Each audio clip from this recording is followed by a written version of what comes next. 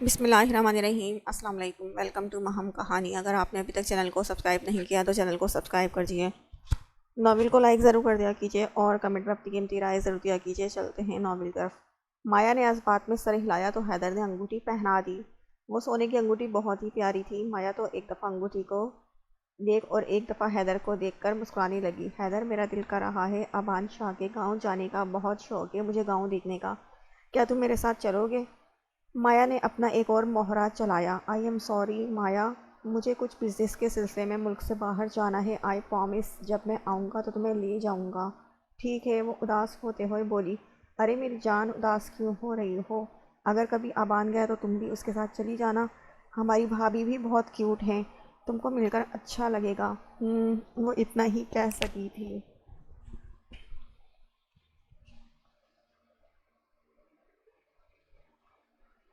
کچھ دنوں بعد وفا کا دل کیا کہ ابان کے آفس جا کر اسے ساتھ لے جا کر شاپنگ پر جایا جائے۔ اس نے ابان کو نہیں بتایا تھا، وہ اسے سرپرائز دینا چاہتی تھی۔ دوسری طرف ابان اور مایا بزنس کے بارے میں بات کر رہے تھے کہ اس کے آدمی کی کال آئی۔ میڈم، ابان شاہ کی بیوی اوپر آفس میں آ رہی ہے۔ تو مایا جلدی سے اٹھی اور جان بوجھ کر ابان کے پاس جا کر لڑکھڑائی اور ابان کے اوپر گری۔ اسی ٹائم وفا نے بھی دروازہ کھولا۔ شاہ جی، وہ مسکراتے ہوئے بولی، لیکن اندر کا منظر دیکھ کر اس کی مسکراہٹ سمٹی تھی۔ شاہ جی، وہ بے یقین ہو کر بولی۔ مایا جلدی سے پیچھے ہوئی۔ آئی ایم سوری ابان، پتہ نہیں چلا کیسے گر گئی۔ وفا اب بھی اس لڑکی کو دیکھ رہی تھی جو ان تصویروں میں تھی۔ مایا بھی مصنوعی شرمندہ ہوتے ہوئے بولی، کوئی بات نہیں مایا۔ ارے وفا، تم یہاں؟ جی شاہ جی، میں یہاں، مجھے لگتا ہے میں غلط ٹائم پر آ گئی ہوں۔ اس کی آنکھوں میں آنسو اور بے یقینی دیکھ کر ابان تڑپ سا گیا تھا۔ وفا واپس پلٹی اور جلدی سے باہر کو بھاگی۔ ابان بھی اس کے پیچھے بھاگا۔ وفا کو، رکو، میری بات تو سنو۔ کیا سنوں شاہ جی؟ جو میں نے دیکھا ہے وہ جھوٹ ہے کیا؟ آپ اس لڑکی کے ساتھ؟ ارے میری جانم سائیں، ایسا کچھ نہیں ہے، وہ تو غلطی سے گر گئی تھی۔ تمہیں اپنے شاہ جی پر یقین نہیں ہے؟ شاہ جی، جس دن آپ نے میری محبت میں شراکت کی اس دن میرا آخری دن ہوگا۔ بکواس بند کرو وفا، آئندہ تمہارے منہ سے مرنے کی بات نہ سنوں۔ میری زندگی میں آنے والی تم پہلی اور آخری عورت ہو جس سے میں بے انتہا محبت کرتا ہوں۔ اور کیا کرنے آئی تھی تم یہاں؟ شاہ جی، وہ مجھے شاپنگ پر جانا تھا نا، اسی لیے آئی تھی، وہ معصومیت سے بولی۔ اوکے چلو میری جان، جو آپ کا حکم۔ وفا اور ابان شاپنگ کے لیے نکل گئے۔ اوپر کھڑی مایا انہیں پھر سے خوش ہوتے دیکھ کر غصے سے دیوار پر مکے مارنے لگی۔ اس کا پلان فیل ہو گیا تھا۔ وفا نے کسی طریقے سے جنت سے رابطہ کیا تھا اور ان دونوں کو ملانے کا سوچ رہی تھی۔ آج وفا نے ابان کو لے کر جانا تھا باسط کے گھر۔ جنت، مجھے ڈر لگ رہا ہے اگر باسط بھائی نے غصہ کیا تو۔ ارے پگلی، میں ہوں نا، تم آؤ ابان بھائی کو لے کر۔ ٹھیک ہے، میں آتی ہوں ابان، چلیں؟ ہاں چلو، میں بہت خوش ہوں کہ آج میں اپنے دوست سے ملوں گا۔ وہ بہت ایکسائٹڈ تھا۔ وہ باسط کے گھر گیا۔ گارڈز نے اسے روکا۔ جی کہیے، کس سے ملنا ہے؟ مجھے باسط خان سے ملنا ہے، وہ ابھی مصروف ہیں، انہیں کہو کہ ابان شاہ آیا ہے۔ گارڈ نے اندر کال کی تو دوسری طرف سے نہ جانے کیا کہا گیا تھا کہ ابان کو اندر جانے دیا۔ باسط حال میں ہی کھڑا تھا۔ باسط میرے یار۔ باسط دو قدم پیچھے ہوا۔ اپنے یار سے نہیں ملے گا باسط، تم کھو چکے ہو ابان شاہ، اپنے دوست کو۔ باسط، یقین کرو میں نے کچھ نہیں کیا تھا۔ تو کس نے کیا تھا؟ میری بہن نے خود بتایا تھا مجھے۔ آؤ بیٹھو، بیٹھ کر بات کرتے ہیں۔ ابان نے اس کا بازو پکڑنا چاہا۔ مجھے کوئی بات نہیں کرنی باسط، پلیز سن لے، جنت نے بھی کہا تو باسط نے سخت نظروں سے اسے دیکھا۔ پلیز باسط بھائی، بات سن لیں، ایسی فیصلہ نہیں کرتے۔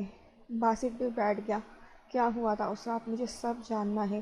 عمر، آج نا میرا دل بہت گھبرا رہا ہے، آج تم میرے پاس ہی رک جاؤ نا۔ ارے میری پیاری سی بیگم، مجھے بس ایس ایچ او نے بلایا ہے، مجھے بس 2 گھنٹے کا کام ہے، میں وہ کام کر کے سارا دن اپنی بیگم کے پاس ہی رہوں گا۔ ایسے منہ بناؤ گی تو میں جا نہیں پاؤں گا یار۔ ٹھیک ہے عمر، تم جاؤ اور اپنا خیال رکھنا، تم بھی اپنا خیال رکھنا اور ہمارے بچے کا بھی۔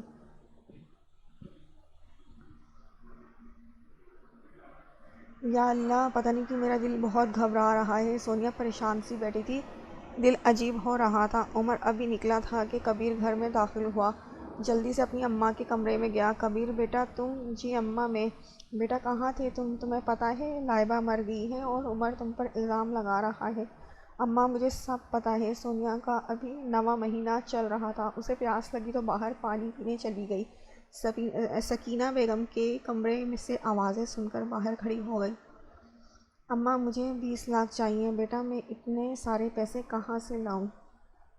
اماں وہی جو آپ نے وفا کو بیچا تھا اس شاہ کے آگے، مجھے سب پتہ ہے۔ وہ پیسے تیرے پاس ہیں، وہ دے دے۔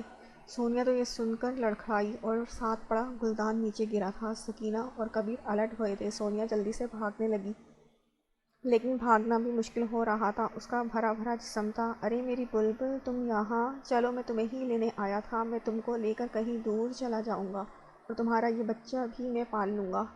بکواس بند کرو اپنی۔ اور آنٹی، آپ ایک عورت ہو کے کیسے اپنی ہی بیٹی کو بیچ سکتی ہیں؟ گھن آتی ہے مجھے آپ کو عورت کہتے ہوئے۔ بکواس بند کرو اور چلو میرے ساتھ۔ نہیں نہیں، میں نہیں جاؤں گی۔ کبیر اسے گھسیٹتا ہوا لے جانے لگا۔ کبیر چھوڑو اسے، اس کی طبیعت ٹھیک نہیں ہے۔ سکینہ بیگم بھی بولی تھی۔ اماں بس کر، مجھے یہ لڑکی چاہیے۔ اب تو میں بچہ ہونے کے بعد اسے رکھیل بنا کر رکھوں گا۔ آنٹی پلیز مجھے بچائیں۔ سکینہ بیگم اس کی حالت کو دیکھتے ہوئے جلدی سے آگے ہوئیں اور کبیر سے ہاتھ چھڑوانے کی کوشش کرنے لگیں۔ کبیر چھوڑو، پاگل ہو گئے ہو کیا؟ دیکھ نہیں رہے اس کی طبیعت نہیں ٹھیک؟ کبیر نے اپنی ماں کو دھکا دیا اور ایک چیخ بلند ہوئی تھی، لیکن کبیر بغیر پیچھے دھیان دیے سکینہ کو گھسیٹ کر لے جا چکا تھا۔ پیچھے سکینہ بیگم سیڑھیوں سے گرتی خون میں لت پت پڑی تھی۔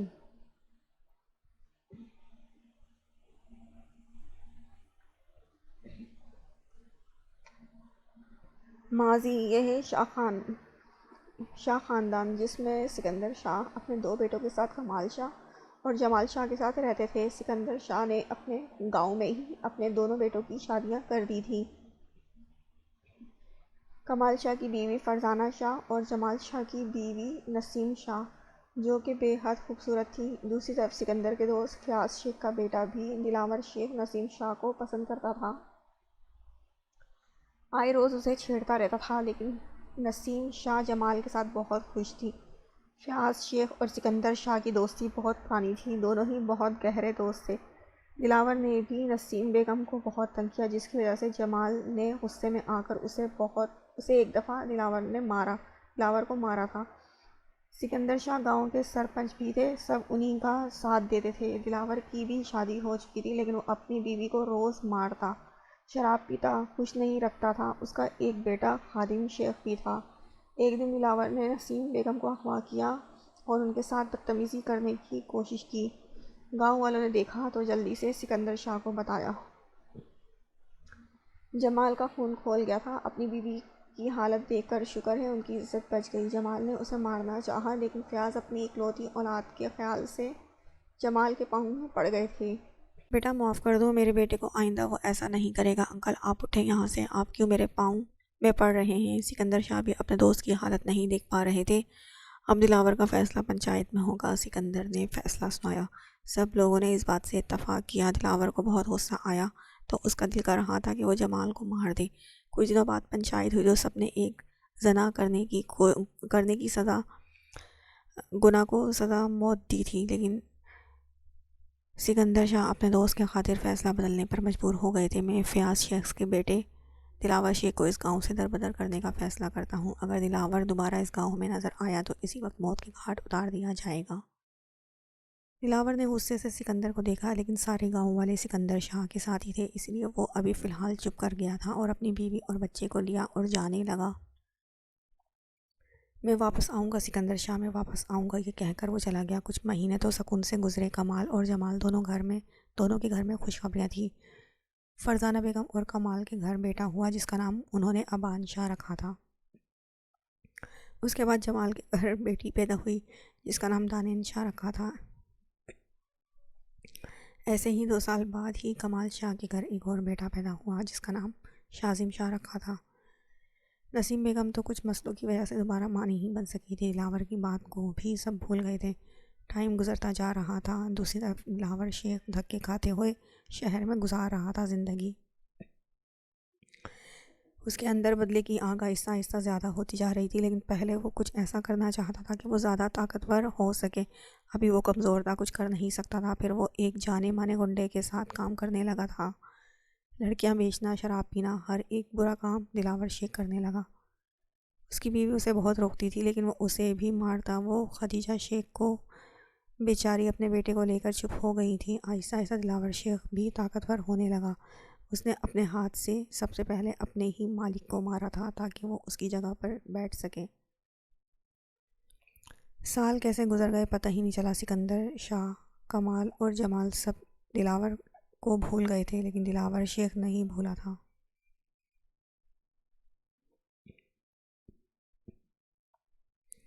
وہ اب اتنا طاقتور ہو گیا تھا کہ وہ بدلہ لے سکتا تھا۔ اس کی بیوی بھی مر گئی تھی اور اس کا ایک بیٹا بھی اب 18 سال کا ہو گیا تھا۔ اس نے اسے بھی اپنے ساتھ کام پر لگا لیا تھا۔ ایک دن کمال اور جمال شہر سے واپس آ رہے تھے کہ دلاور نے ان کا ایکسیڈنٹ کروا دیا۔ دونوں ہی موقع پر جاں بحق ہو گئے تھے۔ سکندر شاہ تو دونوں بیٹوں کی موت سے ٹوٹ گئے تھے، لیکن بازو ہی اتر گئے تھے، لیکن سب نے اللہ کی رضا جانی۔ کسی کا دھیان دلاور شیخ کی طرف نہیں گیا تھا۔ نسیم بیگم اور فرزانہ بیگم بھی سنبھل گئیں اپنے بچوں کے لیے۔ پھر امان شاہ کالج میں پڑھنے گیا۔ وہاں اس کی دوستی حیدر سے ہوئی تھی۔ حیدر تو اس ٹائم بھی لڑکیوں کے درمیان کھڑا ان سے ٹرک بند کر رہا تھا۔ امان کو وہ چلبل سا لڑکا بہت پسند آیا تھا۔ اسی طرح بات چیت کرتے ہوئے دونوں کی دوستی ہو گئی تھی۔ پھر آہستہ آہستہ امان اور حیدر یونیورسٹی میں داخل ہوئے۔ ایک سال گزرا تو وہاں باسط جونیئر کے طور پہ نیا آیا تھا۔ وہ شکل سے ہی پٹھان لگ رہا تھا اور معصوم بھی۔ امان اور حیدر نے ایک دوسرے کو دیکھا اور ایک نظر باسط کو، جو سینئر کے بیچ میں پھنسا ہوا تھا، ان کی ریکنگ کا حصہ بن رہا تھا۔ ارے سینئر کیا کر رہے ہو؟ آؤ امان شاہ، ارے یہ جونیئر ہے، بس تھوڑا سا تنگ کر رہے ہیں۔ برو بچاؤ۔ باسط نے التجائی نظر اس امان اور حیدر کی طرف دیکھا۔ چلو نکلو اب یہاں سے، خبردار میری چمک چلو کو کسی نے تنگ کیا۔ حیدر نے پھر سے ٹرک بند جھاڑا تھا۔ باسط تو اپنے لیے چمک چلو کا لفظ سن کر غور سے حیدر کی طرف دیکھنے لگا۔ یہ لڑکا ہی ہے یا کوئی اور مخلوق؟ حیدر نے باسط کے گرد بازو باندھے۔ ارے میری چمک چلو، تم کیوں مجھے ایسے دیکھ رہی ہو؟ تم اتنے پیارے ہو، دل کر رہا ہے تم کو کھا جاؤں۔ باسط تو بیچارہ جلدی سے اپنا آپ چھڑوا کر امان کے پاس چلا گیا۔ امان بھائی آپ مجھے بچا لیں ورنہ یہ تو کھا ہی جائیں گے، باسط معصومیت سے بولا۔ امان کا کہنا بلند ہوا تھا۔ ادھر سے ہوئی تھی ان تینوں کی دوستی کی داستان شروع۔ حیدر کو جب بھی موقع ملتا اپنا تھڑپن شروع کر دیتا۔ کبھی کبھی تو باسط خود بھی شرما جاتا تھا، لیکن اسے اب عادت ہو گئی تھی حیدر کی چمک چلو کہنے کی۔ دلاور کو جب پتہ چلا کہ سکندر شاہ کا پوتا ہے ادھر شہر میں ہی یونیورسٹی میں پڑھتا ہے، تو اس نے اسے مارنے کی کوشش کی۔ امان، حیدر اور باسط کسی ریسٹورنٹ میں بیٹھے تھے۔ باسط کی نظر اچانک ہی دور کسی سرخ لائٹ پر پڑی جو کہ امان کی طرف آ رہی تھی۔ جب تک وہ امان کو کچھ بتاتا گولی چل چکی تھی اور باسط نے جلدی سے امان کو پیچھے کیا اور امان کی گولی خود پر کھا لی تھی۔ خون کا فوارہ باسط کے پیٹ کے قریب سے نکلا تھا۔ باسط، حیدر اور امان جیسے تھمے تھے۔ میری چمک چلو کو کیا ہوا تم کو؟ اور یہ کیا کر دیا؟ کس نے کیا؟ امان تو جلدی سے باسط کو اٹھا کر ہاسپٹل کے لیے نکل گیا تھا۔ ڈاکٹروں نے جلدی سے آپریشن شروع کر دیا تھا، لیکن کوئی تسلی بخش جواب نہیں دیا تھا۔ تھوڑی دیر بعد ڈاکٹر باہر آیا تو انہوں نے جو خبر سنائی تھی وہ کسی قیامت سے کم نہیں تھی۔ باسط کا ایک گردہ ضائع ہو گیا ہے اور دوسرا بھی ڈیمیج ہے، جس کی وجہ سے اس کی جان جا سکتی ہے۔ جلد کسی گردے کا انتظام کریں تو ہم آپریشن کریں، ورنہ انہیں کچھ بھی ہو سکتا ہے۔ امان اور حیدر کے لیے خبر کسی قیامت سے کم نہیں تھی۔ امان نے فیصلہ کیا تھا کہ اس کی وجہ سے یہ سب ہوا ہے تو وہی اسے اپنا گردہ دے گا۔ امان نے ڈاکٹر کو منع کیا تھا کہ باسط کو بتائیں اور حیدر کو بھی۔ امان ایک دفعہ پھر سوچ لو۔ حیدر میرے دوست، اگر باسط نے میری جان بچانے کے لیے نہیں سوچا تو میں کیوں سوچ سکتا ہوں؟ حیدر وہاں چپ کر گیا تھا اور امان کا ایک گردہ باسط خان کو دے دیا گیا تھا۔ امان نے یہ بات سب سے چھپائی، سوائے حیدر کے کسی کو اس بات کا پتہ نہیں تھا۔ باسط کا آپریشن بھی ہو گیا تھا اور باسط کو آج تک پتہ نہیں چل سکا کہ اس کی جان بچانے والا کوئی اور نہیں اس کا دوست ہی ہے۔ کیا بکواس ہے یہ، کیسے کسی اور کو گولی لگ گئی؟ کون تھا وہ لڑکا؟ شاید امان شاہ کا دوست تھا۔ اتنی گہری دوستی کہ ایک دوسرے کی جان بچا لی۔ باسط کو گھر میں شفٹ کر دیا گیا تھا۔ امان کا بھی آپریشن ہوا تھا، وہ باسط کے پاس نہیں جا سکتا تھا۔ باسط نے پوچھا بھی تھا لیکن حیدر نے بہانہ کر دیا کہ وہ گاؤں گیا ہوا ہے، اس کے دادی کی طبیعت خراب تھی۔ وقت گزرتا گیا، باسط اور امان بھی ٹھیک ہو گئے تھے۔ امان نے اسے ڈانٹا بھی تھا کہ تم کیوں آئے میرے سامنے، لیکن باسط نے یہ کہہ کے چپ کروا دیا کہ جب جب تمہیں میری ضرورت ہوگی میں آؤں گا۔ ارے میری چمک چل لو، اپنے اس دیوانے کا بھی نہیں سوچا، اگر تمہیں کچھ ہو جاتا تو میرا کیا ہوتا؟ حیدر پھر اسے ٹرک بند پر اتر آیا تھا۔ حیدر تم کبھی باز نہیں آنا اپنے اسی ٹرک بند سے۔ اوکے باس، کبھی نہیں آؤں گا۔ اوف، ایک تو تم بھی نا، دفع ہو جاؤ یہاں سے۔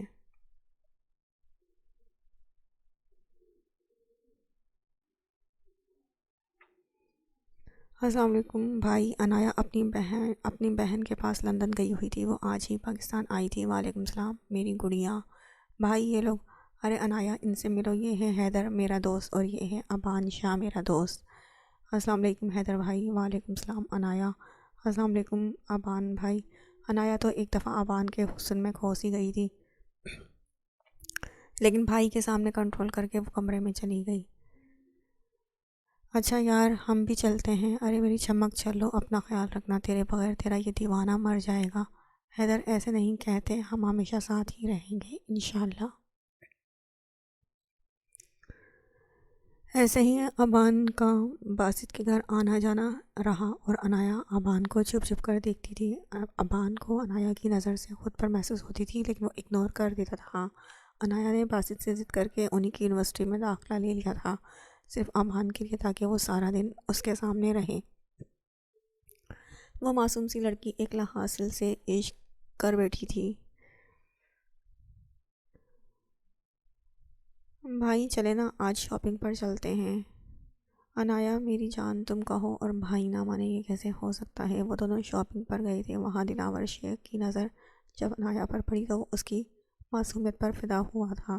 دلاور شیخ کی نیت خراب ہوئی تھی، ہر رات وہ نئی لڑکی کے ساتھ گزارتا تھا، لیکن انایا کی قسمت بری تھی کہ دلاور کی اس پر نظر پڑ گئی تھی۔ اور ادھر انایا نے چوری چوری ابان کے لیے بھی گفٹ لے لیا تھا جو اس نے ابان کی برتھ ڈے پر اسے دینا تھا۔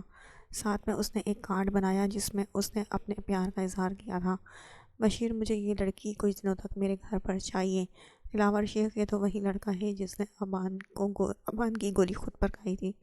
اوہ تو یہ وہ لڑکا ہے ابان شاہ کا دوست، مجھے اس کی ہر قدم قدم کی رپورٹ چاہیے۔ اور اس لڑکی کی بھی، کچھ سوچتا ہوا وہ مسکرایا تھا۔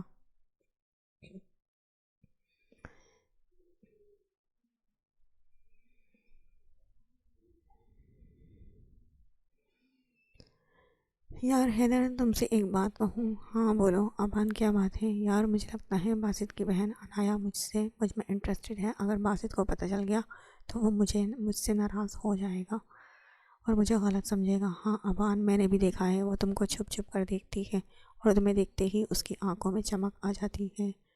اس نے مسکرا کر ڈائری بند کی۔ کل ہی ہم آپ سے اپنی محبت کا اظہار کریں گے، پلیز پلیز پلیز ابان، انکار مت کریے گا۔ وہ خود سے ہی سوچتے ہوئے بولے جا رہی تھی۔ وہ خوش ہوتے ہوئے سو گئی۔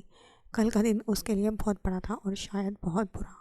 اگلے دن سب دوستوں نے ابان شاہ کو پارٹی دی تھی۔ پھر انایا خان تو آج خاص طور پر بلیک کلر کی لانگ فراک، براؤن بال کھلے ہوئے تھے، وہ آج کچھ زیادہ ہی خوبصورت لگ رہی تھی۔ یونیورسٹی کے لڑکوں نے کئی دفعہ مڑ مڑ کر اسے دیکھا تھا۔ انایا گڑیا، کیا ضرورت تھی اتنا تیار ہونے کی؟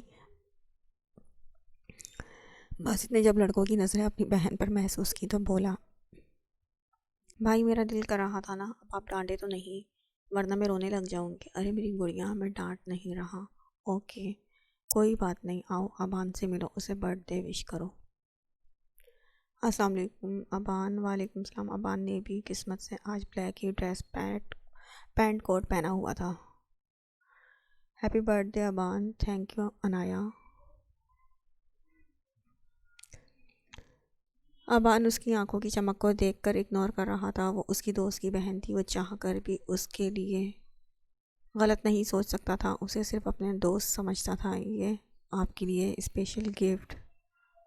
ابان وہ اس کے قریب ہوتے ہوئے بولی، تھینک یو۔ وہ بے رخی سے بولا۔ انایا کو دکھ ہوا کہ ابان نے اس کی تعریف نہیں کی۔ وہ ساری پارٹی میں ہی دکھی پھرتی رہی۔ اس نے ابان سے بات کرنے کی کوشش کی لیکن ابان نے موقع ہی نہیں دیا۔